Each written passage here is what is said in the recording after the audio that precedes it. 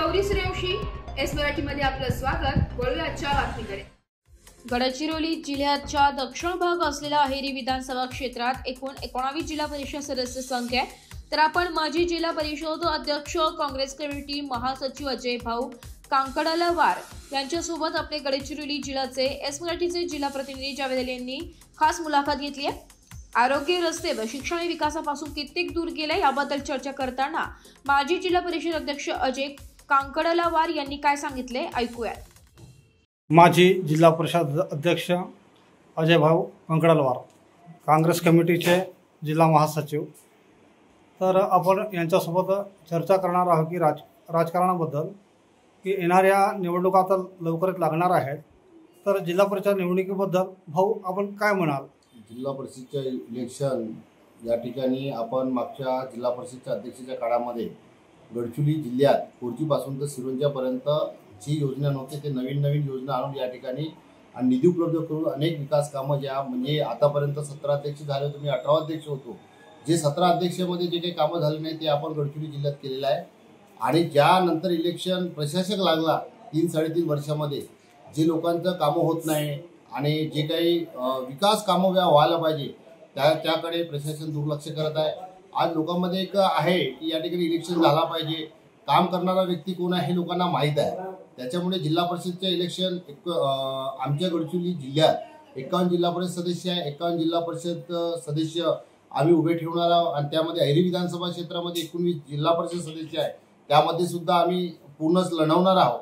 त्याकरिता आम्हाला असं वाटतं की जो माणूस काम करतो त्याला नक्कीच लोक सहकार्य करतील आणि जास्तीत जास्त सदस्य निवडून येतील ही आम्हाला अपेक्षा आहे। अहेरी विधानसभा क्षेत्रामध्ये अनेक गावांमध्ये रस्ते नाही, पूल नाही, अजूनही लोक वंचित आहेत, याबद्दल काय आहे? अहेरी विधानसभा क्षेत्रामध्ये जे PWDच्या माध्यमाने जे काही रस्ते मोठे आहेत ते पूर्ण खड्डेमय झालेले आहे। ते या ठिकाणी आमदाराच्या माध्यमाने व्हायला पाहिजे होतं, पण या ठिकाणी झाले नाही।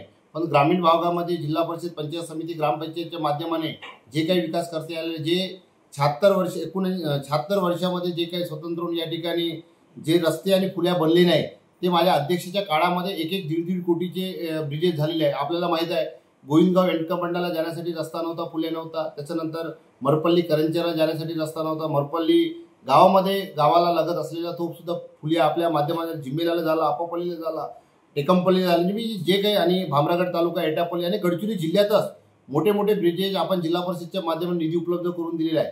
नाहीतर आपण बघितले की जिल्हा परिषदच्या माध्यमाने 10, 15, 20 लाखाचे फुलिया होत होते, परंतु आपण अध्यक्ष झाल्यानंतर 1-1.5 कोटीचे ब्रिजेस या ठिकाणी आपण कनेक्टिंग वाढवलेलं आहे। मरपल्लीचे ब्रिज असेल आणि राजाराम खानल्याला जाणारे ब्रिजेस, चिरेपल्लीचे, म्हणजे जे गडचिरोली जिल्ह्यात अति आवश्यकता फुले आपण जिल्हा परिषदच्या माध्यमाने या ठिकाणी घेतलेले आहे। आरोग्याची अवस्था हे बेशुद्ध अवस्थेत आहे, त्याबद्दल काय चालू आहे? आरोग्याच्या बाबतीत आपण जिल्हा परिषदचे अध्यक्ष असताना अनेक PSA मंजूर या ठिकाणी केलेल्या आहे। आपल्याला माहित आहे कोटी असेल, पिपली बुर्गी असेल, त्यानंतर आपल्या रंगाईपल्लीचे सुद्धा आपल्या काळात त्या ठिकाणी झालेले, त्यानंतर आपला ग्यारापती आणि कुंगाडा आणि आपल्याकडे चामोर्शी तालुका, म्हणजे गडचिरोली जिल्ह्यात ज्या ठिकाणी PSA आवश्यक होत्या ते आपण मंजूर केलं। ते बांधकाम पूर्ण झाला, तो दवाखाना चालू आहे। आणि या ठिकाणी शासनाने नोकर भरती घेत नसल्यामुळे कंत्राटदाराच्या माध्यमाने या ठिकाणी काही भरले नाही। त्याच्यामुळे शासन जोपर्यंत नोकर भरती घेत नाही तोपर्यंत आपल्या गडचिरोली जिल्ह्यात अनेक रिक्त पद आहे।